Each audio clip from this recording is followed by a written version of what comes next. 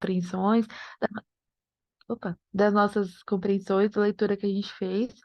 É, desse capítulo, o sexto capítulo do livro Teoria e Prática, da teoria Terapia Cognitivo-Comportamental da Judith Beck, que é o livro que é o livro que acompanha a gente muito nesse comecinho, né, da TCC. Ele é muito importante, eu gosto bastante dele. Inclusive, esse capítulo ele é muito didático, muito interessante. A gente, ela traz, é, de maneira geral, assim, o que tem que ter na primeira sessão. Eu acho que ela divide desse jeito, assim, por tópicos, mas não é como se a gente fosse seguir por tópicos como se fosse uma aula com o cliente. Ela só separa, assim, didaticamente. Mas eu acredito que tudo isso, na hora da sessão, eu acredito que quem tá aqui já atendeu também mais que eu, no caso, mas é uma coisa muito natural. Você vai fazendo, assim, ao longo da sessão, acaba fluindo de uma forma muito natural, assim. A verificação de humor, a pauta inicial, que a gente vai conversar daqui a pouco, a atualização do plano de ação, psicoeducação, é uma coisa que vai sendo de forma muito natural, ela vai acontecendo, assim.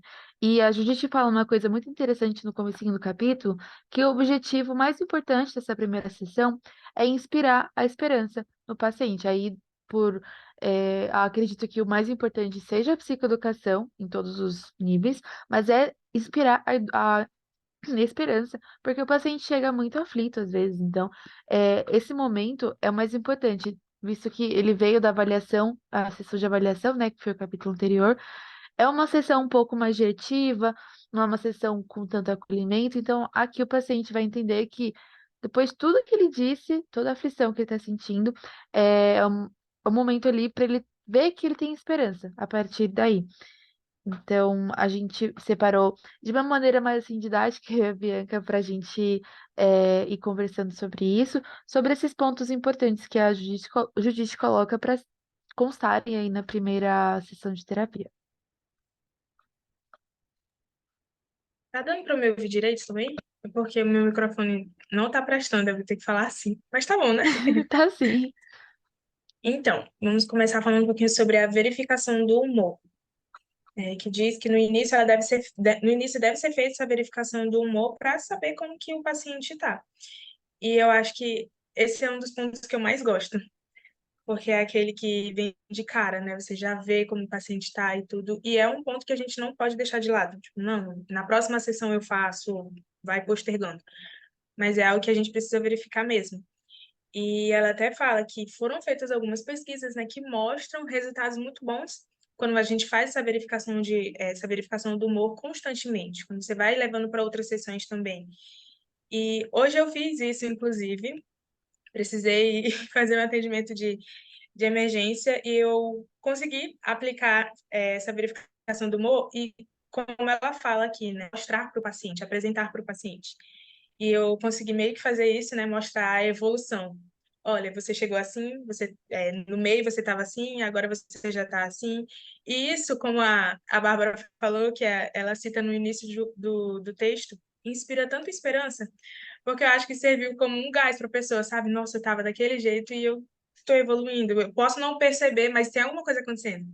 E é uma das coisas que eu mais escuto na clínica também. Às vezes eu percebo que eu estou no mesmo lugar, só que aí você vem e fala e pontua o que já aconteceu, como que ele tinha chegado, como que ele está agora, e meio que serve mesmo como esse gás, né? Te mostra para o paciente que tem coisa acontecendo ali. Ele pode não perceber, mas quando a gente começa a pontuar, ele vai vendo que, nossa, realmente, não estou aqui em vão. Tem realmente alguma coisa bem importante acontecendo. E exatamente isso que ela fala, né? Que foram feitas as pesquisas que comprovam que existem resultados muito positivos, muito favoráveis durante o atendimento. E uma das formas que você pode fazer essa investigação, essa verificação do humor, é através dos inventários de depressão, de ansiedade, e essa escala de 0 a 10, que eu coloquei aqui embaixo porque é a minha favorita, eu gosto de fazer. Eu atendo muito adolescente, e eu costumo pegar mesmo a folha em branco, e a gente vai fazendo. Como que chama aquele negocinho? Tic, tic, tic, tic. Aí, tan, tan. Gráfico, acho que é gráfico, eu não sei. Sim, faz Acho que é. sentido. E eu vou colocando ali, de 0 a 10, vai marcando, de 0 a 10. Como que tá o seu humor hoje? Quanto você tá feliz? Quanto você tá se sentindo triste? Tudo, e a gente vai marcando ali. E ele mesmo vai vendo, né? Nossa, eu tô tudo isso de felicidade, eu tenho tudo isso de tristeza. Então é bem importante para que ele se perceba também naquele momento. E além de tudo isso, é importante verificar esse humor para você conhecer a demanda também, que você vai, o que você vai encontrar nas próximas sessões, para você ir estruturando também, trazendo algumas atividades relacionadas ao humor do paciente. E também para verificar o nível de suicidade. Nível de suicidade, se é um paciente que tem ideação suicida, se ele é impulsivo, se ele é agressivo. E se for, se você perceber isso durante esse momento, se for, mesmo que ele traga outras demandas, mesmo que ele fale, eu quero tratar isso, eu quero fazer isso, essa questão vai ser a principal. A gente vai trabalhar isso naquele momento. E nisso também a gente verifica a questão do sono. A gente já viu em outras aulas, né, como o sono influencia em tantas questões da nossa vida. A gente acha que não, mas sim. Então, verifica, né, se o paciente está dormindo bem, como está sendo a rotina do sono e tudo. Sintomas, você verifica se apresenta sintomas de ansiedade, quais são os comportamentos que ele apresenta também, se são agressivos ou não. Então, é nesse momento que o terapeuta conta para o paciente o que vai acontecer ali naquele momento, o que ele vai fazer. Vamos fazer isso de forma rotineira. Nas próximas sessões a gente vai conferindo para ver como que está essa evolução, justamente para acompanhar tudo isso. E para acompanhar essa evolução, você pode fazer perguntas como a Judite coloca. Como você acha que está o seu humor comparado com o da semana passada? Aí isso já vai indo mais para frente no decorrer das próximas sessões. E também é o momento que você verifica. Você pode passar para mim? Obrigada. E também é o momento que você verifica a medicação do paciente. Se ele toma algum remédio, se ele está tomando direitinho conforme, né, o médico prescreveu. Até para saber os efeitos colaterais também, porque às vezes o paciente ele pode estar meio deprimido e tudo, e se você não pergunta se ele está tomando remédio, às vezes você deixa passar despercebido, que tem alguns remédios que são bem pesados, né, que apresentam efeitos colaterais desse tipo. Então, pergunta, faz essa pergunta, essa investigação mesmo, até para saber se o paciente está tomando remédio, e se não está, por que não está, se tem dúvida, como ela coloca ali, juntos vocês podem sentar e escrever algumas perguntinhas. O que eu posso perguntar para o meu médico? Porque às vezes a gente não sabe, né, o que falar. Então, durante esse processo, você pode investigar tudo isso também. Sim, é muito, muito Próximo. interessante isso, porque eu vi um caso de uma colega de supervisão minha, que a paciente dela não mencionou em nenhum momento que ela fazia uso de medicação, nada do tipo, era só questão de ansiedade social, enfim. E quando elas fizeram assim, outra atividade, era de fazer um cronograma, ver a rotina dela, como era, ela colocou nessa rotina que tomar um remédio de manhã, primeira coisa, era uma sertralina. E assim, ela não tinha mencionado em nenhum momento, né? Então aí já muda todo o contexto do atendimento. Mas depois dessas verificações e tal, do humor, na TCC, a estrutura da sessão, em outros capítulos, a Judith fala de uma forma mais específica sobre a estruturação da sessão, mas na primeira sessão é importante ter essa definição da pauta, porque ela vai acontecer em todas as sessões, só que nessa primeira é um pouco diferente. É, para a Judith, quando você explica você explica cada uma das etapas da terapia e tal, você explica a justificativa, você deixa o processo mais compreensível para os clientes, o que ajuda a obter a participação ativa de forma estruturada e produtiva. Então, essa forma estruturada que a gente tem na terapia aí com o cliente é o que faz a TCC ser diferente das outras, né? Porque a gente tem aí toda a participação do cliente no processo. Então, a gente explica para ele, ó, a nossa pauta de hoje vai ser essa. Aí é nesse sentido. E a pauta inicial da primeira sessão é um pouco diferente, porque eu acredito que ela é uma pauta que explica sobre o que vai acontecer. É uma psicoeducação do processo. Então, uma pauta inicial, talvez de outra sessão, seria: hoje nós vamos tratar sobre X assunto. Na primeira sessão olha, a terapia TCC funciona assim, nas próximas sessões nós vamos ter a estrutura, porque a gente quer alcançar os seus objetivos, a gente quer trabalhar conjuntamente para alcançar, enfim, é uma pauta que vai guiar essa primeira sessão para já fazer ele entender como que vai funcionar as outras e não ser assim, já ver se está tudo bem por ele, se, enfim, porque a TCC ela é muito colaborativa nesse sentido. E eu acho legal que ela fala que depois, aí, a seguir em outras sessões, você vai poder decidir com o cliente se ele chegar com uma demanda nova, no que não aconteceu naquela semana, que seria para o cliente mais importante do que tratar da pauta original que estava definida, vocês podem definir juntos e entender o que é melhor, o que é mais proveitoso, ou se essa questão pode ser colocada como uma pauta futura para ser decidida ou trabalhada em outras sessões. É uma coisa bem estruturadinha, que o cliente entendendo o porquê dessa estruturação, que é uma estruturação visando atingir os objetivos dele, deixa o processo um pouco mais leve. E quando você lê assim, parece ter uma coisa muito certinha, só que quando você se comunica com o cliente, você percebe que é uma coisa mais fluida e gera resultados. Então, é sempre visando esses resultados positivos no cliente.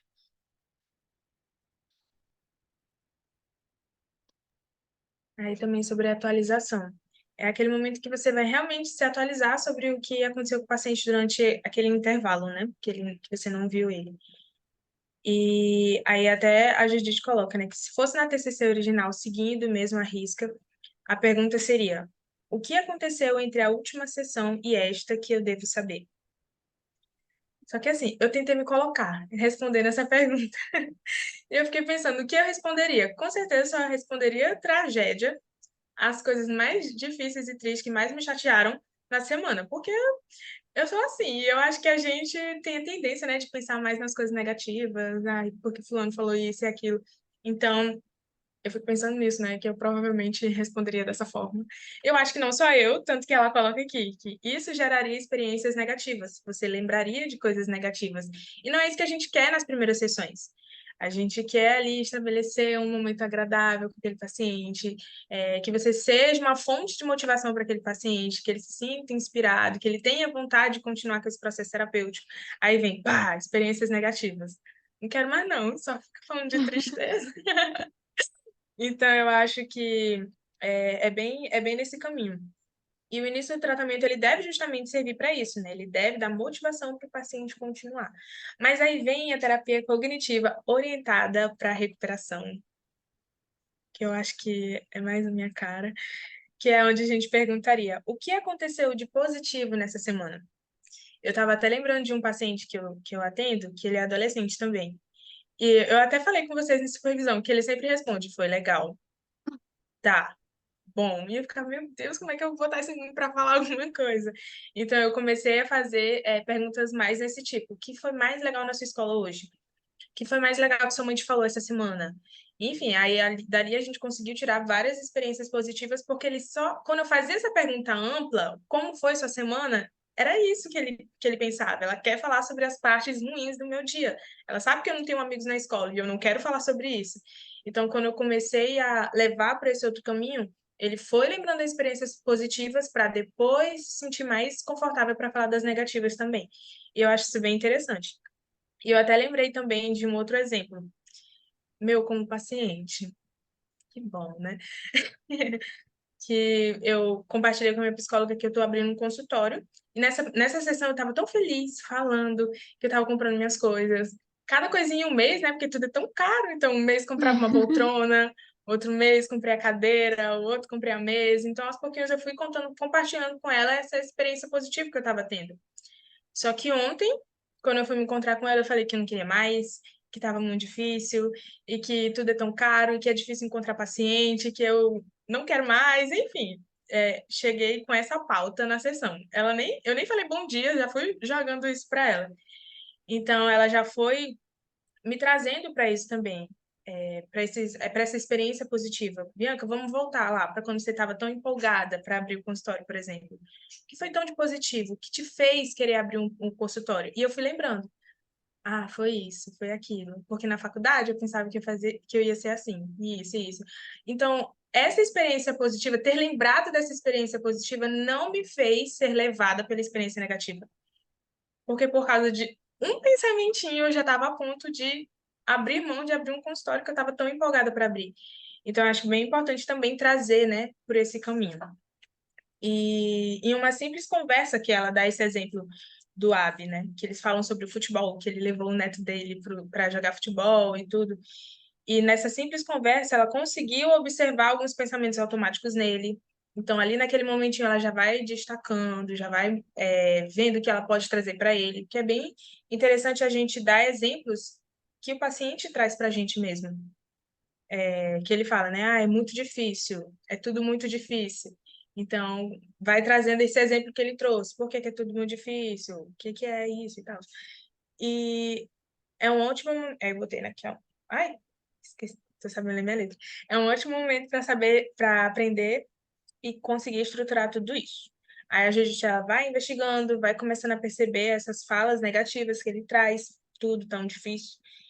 Só que ela segue com a estrutura da sessão. E eu tava até falando com a Bárbara, meu Deus, que mulher boa, viu? É Porque o eu acho que eu não jato. ia conseguir. Eu não ia conseguir, sério não, porque ele tava tão empolgado ali falando sobre o assunto e tudo, e eu acho que eu ia, não sei, deixar ele continuar falando, que eu, poxa, tadinho, deixa ele continuar. Só que ela ia lá e falava, tá bom, depois a gente fala sobre isso. Eu fico, nossa, precisa aprender a ser essa pessoa também. Precisa aprender a ser esse profissional. Então é sempre bom lembrar que na TCC a gente precisa seguir, né, essa estrutura que a gente constrói. Não de forma, como a Bárbara falou, não de forma robotizada. Não de uma forma assim, eu vou ensaiar na frente do espelho e da mesma forma que eu estou conversando com o espelho, eu vou falar com o ser humano. Não, não é desse jeito. Mas é entender que tem objetivos que a gente precisa ir alcançando ao decorrer da sessão. Então, é feito tudo isso, nessa investigação de como foi a semana e tudo, e entra o plano inicial também, que é o plano que você constrói com o plano de ação, desculpa. O plano que você constrói com o paciente. O que que vocês vão o que que esse paciente vai fazer durante a semana? E lá na clínica onde eu atendo, que eu atendo criança e adolescente, a gente escreve em cartolina e a gente coloca na sala. Porque aquela sala é a sala daquela criança, então mais ninguém tem acesso. Eles ficam praticamente a tarde inteira lá. Então a gente coloca lá na parede e do ladinho a gente vai colocando estrelinhas do que eles conseguiram fazer. É muito legal. Eles vão vendo assim, ai, nossa, tia, eu consegui fazer isso. E aí a gente vai botando as estrelinhas do lado e é praticamente isso que é esse plano de ação, né? Que é importante para você descobrir se o paciente fez o plano de ação, se o que vocês combinaram durante a sessão ainda faz sentido para ele, ainda faz sentido para aquele paciente também. E se não faz mais sentido, então vamos mudar, vamos tentar achar um outro meio também. E até porque se não fizer mais sentido, o paciente não vai ter motivação alguma para continuar, não vai ter motivação alguma para fazer aquilo. E verificar se o plano da última semana ainda faz sentido. E tem até uma parte que o AB, ele tá terminando de conferir o plano de ação e ele lança mais pensamentos automáticos. Então já são mais coisinhas que a Judite vai guardando para quando chegar nesse momento da psicoeducação, ela vai lançar tudo isso que ele mesmo trouxe para ela. E por fim, faz um checklist para dizer o que vocês fizeram até o momento. Que ela fala, tá, até o momento a gente Ai, meu Deus, nem lembro mais. Até o momento, a gente já verificou o seu humor, a gente já falou sobre a pauta, a gente já fez, verificou a questão do plano de ação, e agora vamos seguir. Achei tão organizada ela, né? Nossa, muito satisfatório ler o jeito que ela vai Muito. falando. Precisa aprender mais. Mas aí agora entra a parte do diagnóstico e psicoeducação. Isso. Porque é bem nessa organizaçãozinha mesmo, que agora o cliente ele já falou sobre o estado mental dele, falou como foi a semana, falou do plano de ação, o que deu certo, não deu certo. Teve até alguns pensamentos automáticos que ela já foi pegando aí ao longo dessa conversa. E daí já é possível pegar esses pensamentos, o que deu certo, o que não deu certo do plano de ação, e ver se não deu certo porque não faz sentido na realidade dele, ou se tem alguma relação com o diagnóstico. Porque, assim, a maioria dos pacientes, geralmente nos dias atuais, eles já vêm querendo um diagnóstico, né? Isso é muito do modo que a gente está funcionando como sociedade atualmente. Mas gera uma angústia dele não saber o que está acontecendo com ele, não saber se tem tratamento, não saber se mais pessoas passam por isso. Não é uma coisa que todos têm essa noção. Então, você chegar, assim, já passar para ele, olha, a partir da avaliação, eu não sei se em uma sessão só de avaliação seja, é, não sei, tão certinho para fazer um diagnóstico, mas depois aí de você ter certeza, ter estudado, você chega, olha, eu vejo a partir desses sintomas, ela até chega a enumerar esses sintomas, que o que você tem é isso, tem nome, é uma doença real, existe. existem estudos que comprovam que a TCC, que é a minha abordagem, ela traz para você benefícios nisso. É uma coisa de juntar o, a psicoeducação sobre o diagnóstico como esperança para o paciente, para ele não se achar rotulado e começar a, enfim, usar isso para se sentir pior, ou até, não sei, isso é uma coisa negativa, sabe? Ele pensar que, enfim, é uma coisa ruim, é uma coisa. Ok, você tem isso, a gente pode lidar com isso juntos. É uma coisa que ela fala bastante nesse capítulo. E ela menciona que é importante nessa questão de psicoeducação falar sobre como você chegou no diagnóstico. Porque a TCC ela é muito assim, muito transparente nos nossos processos, né? Em como a gente chegou naquilo. Falar, então, ela até cita no exemplo que ela tem o manual, que é o DSM, que ela foi vendo os sintomas e viu que ele se encaixava nesses sintomas, e a partir daí veio o diagnóstico. É uma coisa muito, muito interessante de se fazer. E é importante que você pegando os diagnósticos que você via nos comportamentos e pensamentos dele, o cliente vai começar a entender que não é um problema de caráter dele, que ele não é preguiçoso, que ele não é uma pessoa ruim, que ele está enfrentando uma doença como, enfim, várias outras que a gente enfrenta e que exigem comportamentos e cuidados específicos. Então, essa psicoeducação que ela faz, tanto no diagnóstico dele, no caso do EIB da depressão, tanto no modelo cognitivo que ela já começa a apresentar para ele aqui, que a questão do que ele sente quando ele vai talvez levar o Ethan para tomar sorvete, não é pela a situação em si, é sobre como ele pensa e interpreta esse pensamento de levar o menino para tomar o sorvete. Então ela já começa a psicoeducar sobre o modelo cognitivo, ela faz a própria o diagrama para ele, ela escreve ali o diagrama falando que, olha, a situação, ela gera um pensamento e a partir do pensamento tu tem uma emoção e essa emoção vai influenciar na forma que tu se comporta.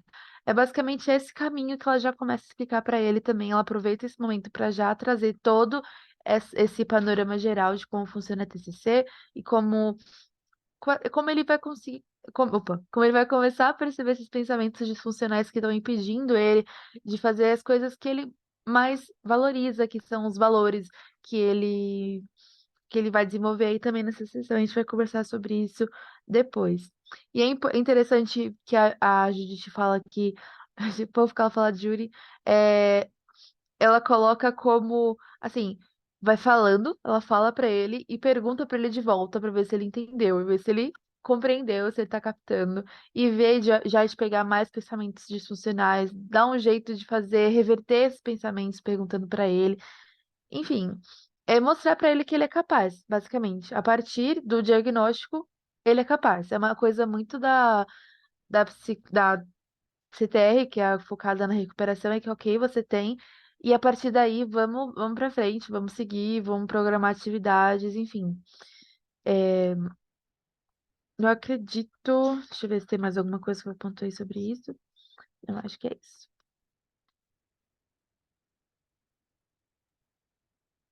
Identificando valores, aspirações. Acho isso legal também. A gente colocou, né, que valores são crenças antigas sobre o que é mais importante na vida.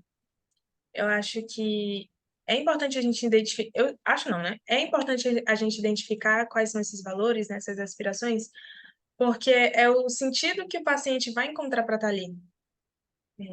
Eu vou fazer terapia porque eu quero alcançar isso, esse é o meu objetivo. Eu quero conseguir fazer isso de novo, como é que é o nome dele? O Abi fala, né? Eu quero voltar a trabalhar, eu quero voltar a fazer isso e aquilo. Então, acaba servindo como um gás também para essa pessoa buscar ajuda e participar, ser participativo do processo terapêutico. Porque não adianta nada você dizer que faz terapia, mas não ser participativo. Às vezes você está só ali, mas o que for para ser feito você não faz, você não está tão interessado assim, não quer, e tá ali só para meio que bater ponto e pronto, vai embora. Mas não é assim. A terapia ela não é só durante aquele tempo que você está conversando com o terapeuta, ela começa depois que você sai também. São as escolhas que a gente começa a ter também. E eu acho que você ter bem, saber bem quais são esses valores e as suas aspirações, isso vai te servir como um gás, vai te servir como uma motivação muito grande para continuar e para fazer, porque às vezes não vai ser legal, às vezes a gente vai tocar em assuntos que a gente não quer tocar. mas que no fundo a gente sabe que é necessário, que vai ter um bem maior. E a descoberta dos valores ela é fundamental, pois é a partir dela que somos moldados, desde as escolhas até os nossos comportamentos. A gente consegue perceber isso também. Ah, por que que essa pessoa sempre faz escolhas parecidas? Por que que ela sempre toma esse caminho? Por que ela sempre tem esse comportamento? Então, ela é importante para o paciente, mas também é muito importante para a gente identificar tudo isso. E quando o paciente ele passa a perceber o que realmente importa, ele adquire mais clareza para estabelecer os seus objetivos e aspirações. A porta fechando. É o vento, gente, desculpa. Ele vai ter mais clareza para estabelecer os seus objetivos e suas aspirações também. Ela até pergunta, né? O que que é mais importante? O que que costuma ser realmente importante para você? Mas eu fiquei pensando também, de novo, eu acho que eu levaria uns 20 minutos para responder essa questão, essa pergunta. Quando a minha psicóloga perguntou quem é você, eu não soube responder, imagina uma pergunta profunda dessas, né?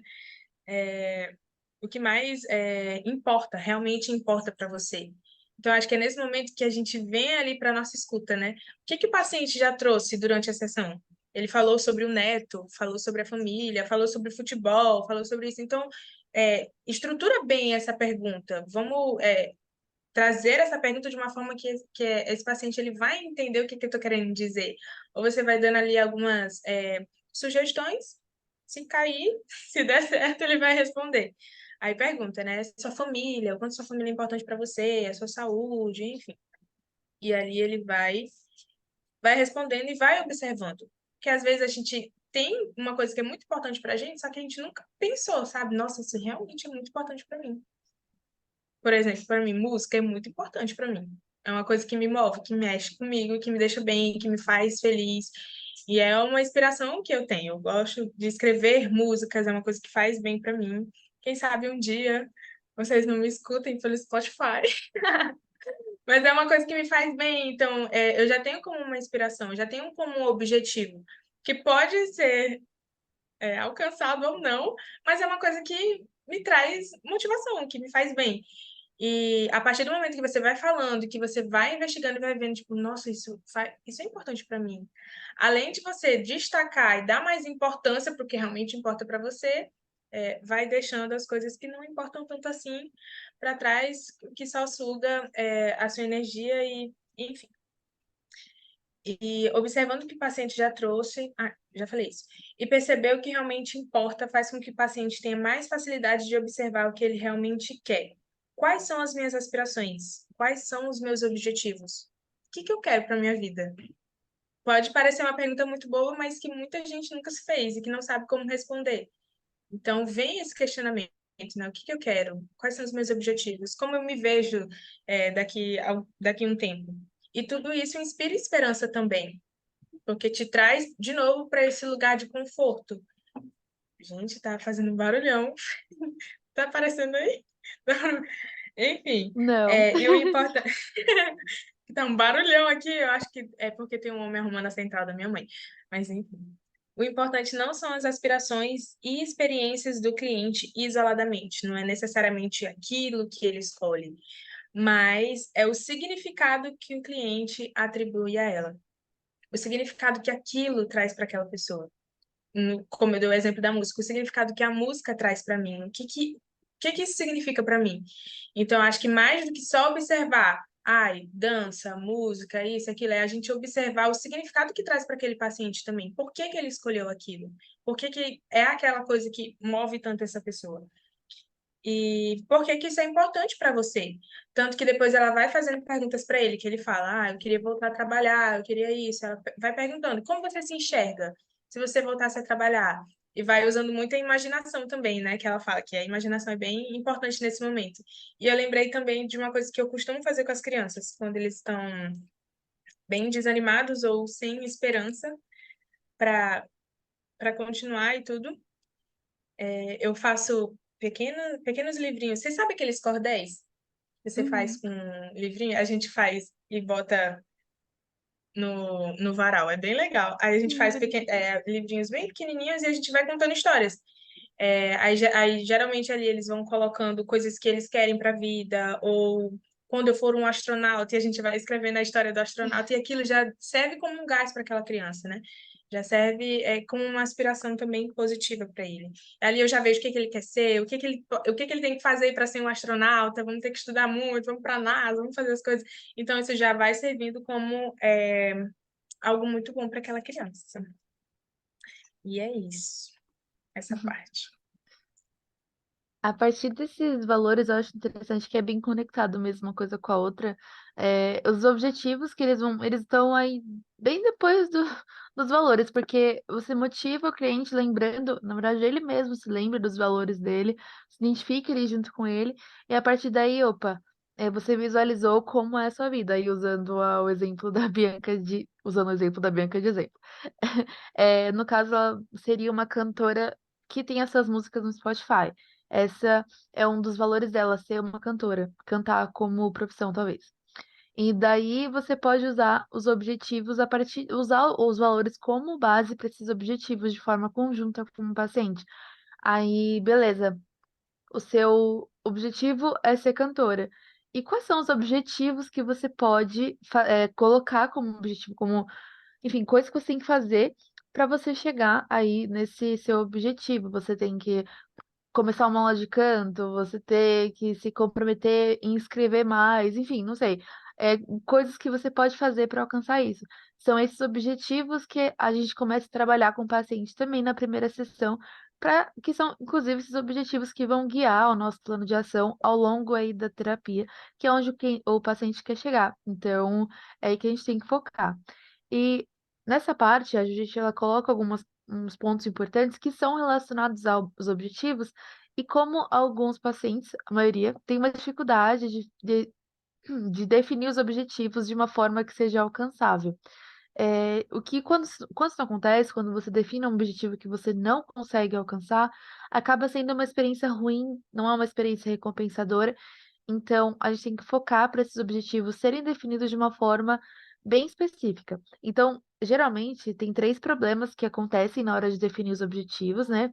O primeiro é que o cliente define de forma muito ampla. É uma coisa que acontece bastante, tipo, qual é o seu objetivo? Por que que você veio até aqui? O que que você quer fazer? O que que você quer atingir, né? E o cliente pode falar, eu quero ser feliz, ou eu quero, enfim,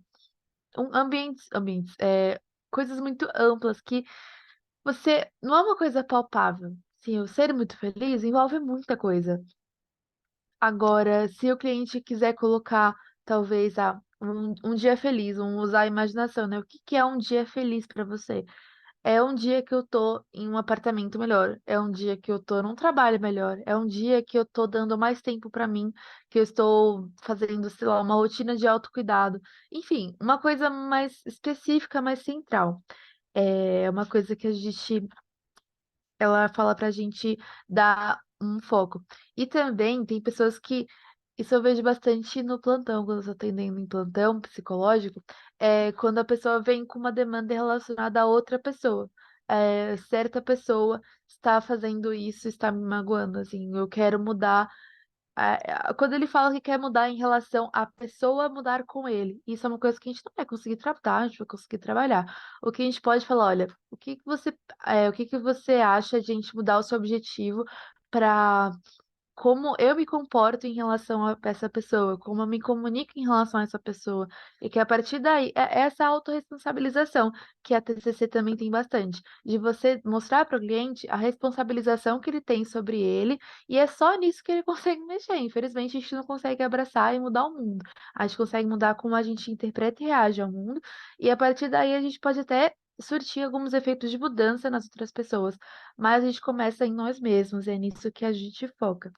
E é importante também, uma coisa que ela faz no AB, no exemplo que ela dá no livro, conforme ela vai definindo os objetivos, ela vai verificando se tem algum pensamento automático disfuncional que está já aparecendo aí conforme eles vão definindo os objetivos. Então, eu posso fazer isso, mas é tão difícil, ou eu posso tentar fazer, mas é tão eu acho que não vai dar tempo, eu acho que, enfim, pode surgir vários pensamentos disfuncionais. É importante você dar atenção para eles nessa hora, para já dar para o cliente um enfrentamento, para quando ele for colocar isso na prática mesmo, durante a semana, durante o resto aí da jornada, ele já conseguir combater esse pensamento automático e perceber que, putz, isso aqui não é uma coisa 100% verdadeira.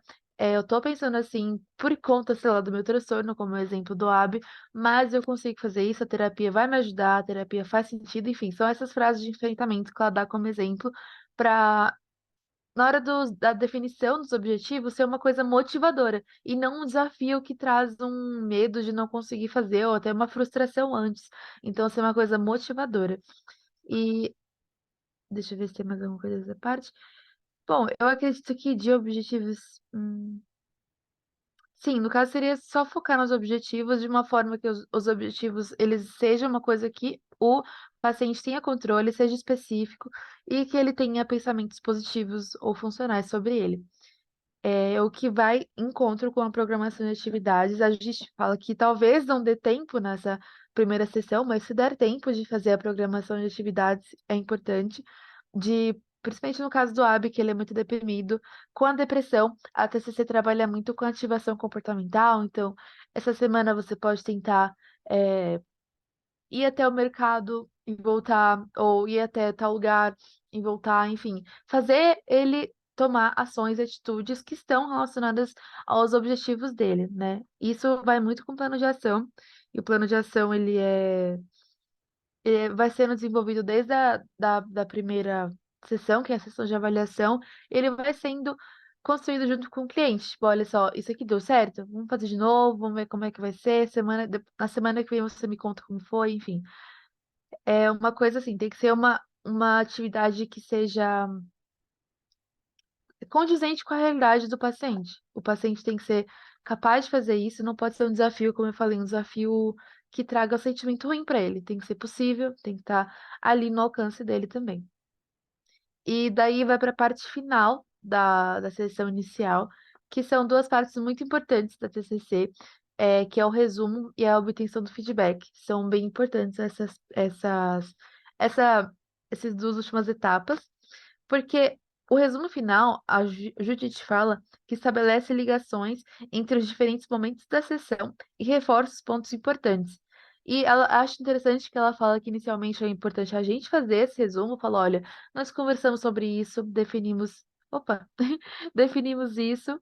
Ai, meu Deus, ele me coisou.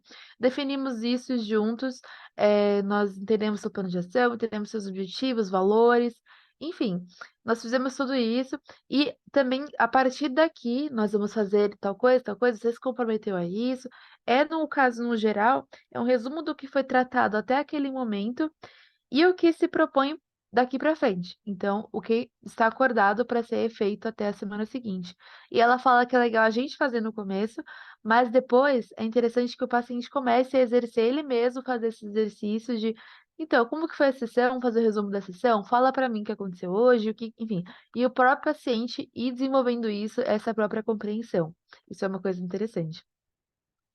E também é interessante voltar no resumo a parte de avaliação de probabilidade de execução do plano de ação, que é novamente ver se vai dar certo, se tá tudo bem, você consegue fazer, você fala, consigo, pois. É basicamente isso de resumo, só dá um fechamento, para não ser assim, aquela coisa de acabou a sessão, deu 50 minutos, tá, tchau, até semana que vem. É um fechamento bonitinho para dar para o cliente uma sessão ali de completude, chegou no final da sessão, a gente trabalhou, aconteceu isso, só para dar esse sentimento aí de completude.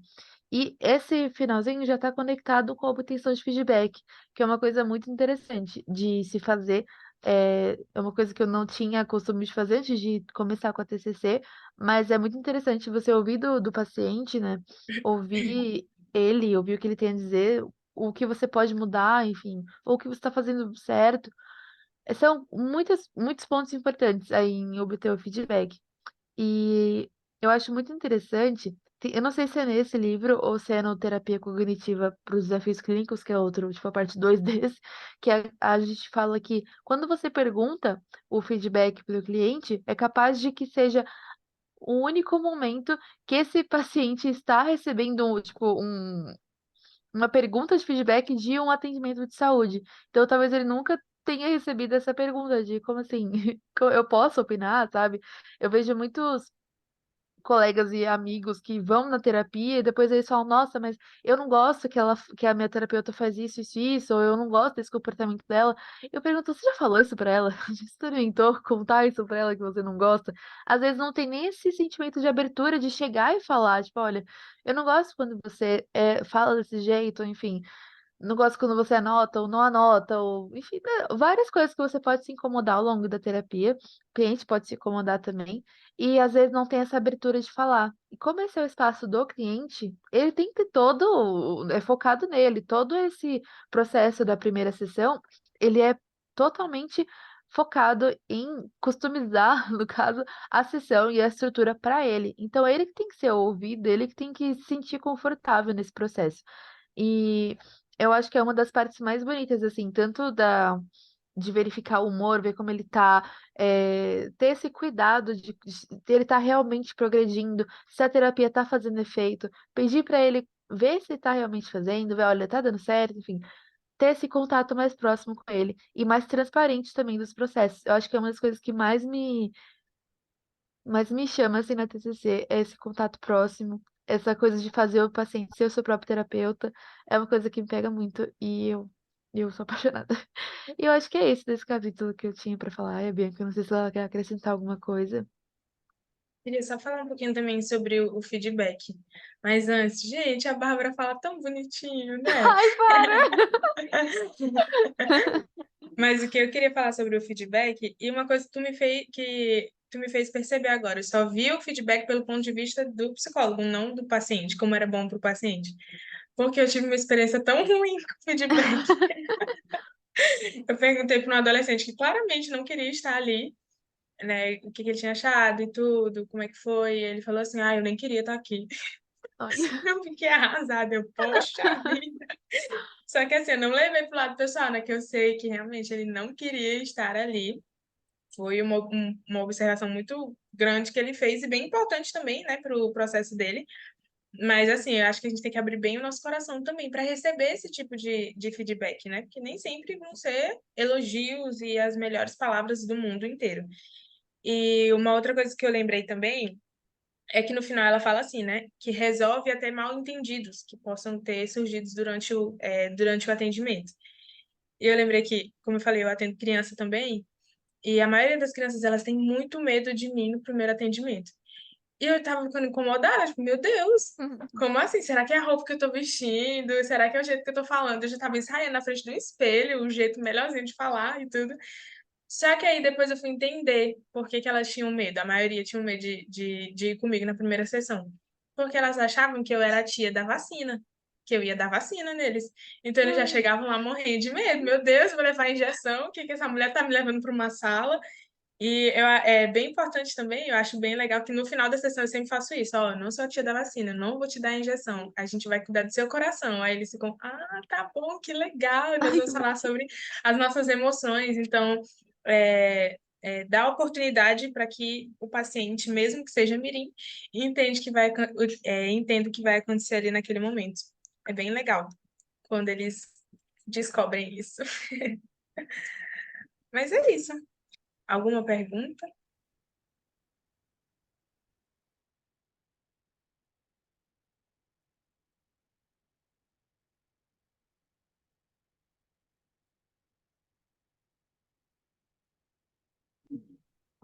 Eu não tenho nenhuma pergunta, né? Mas só parabenizando vocês duas meninas.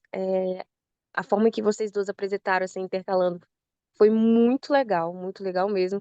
E eu também gostei muito, Bianca, da forma que você falou com os mirins, assim, da tia da vacina. Gente, eu achei, assim, muito acolhedor a forma que você fez isso. Eu achei tão bonitinho, vontade de colocar assim no potinho.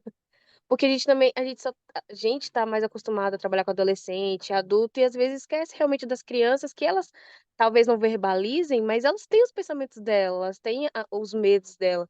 E essa forma que você encontrou de até de criar uma ligação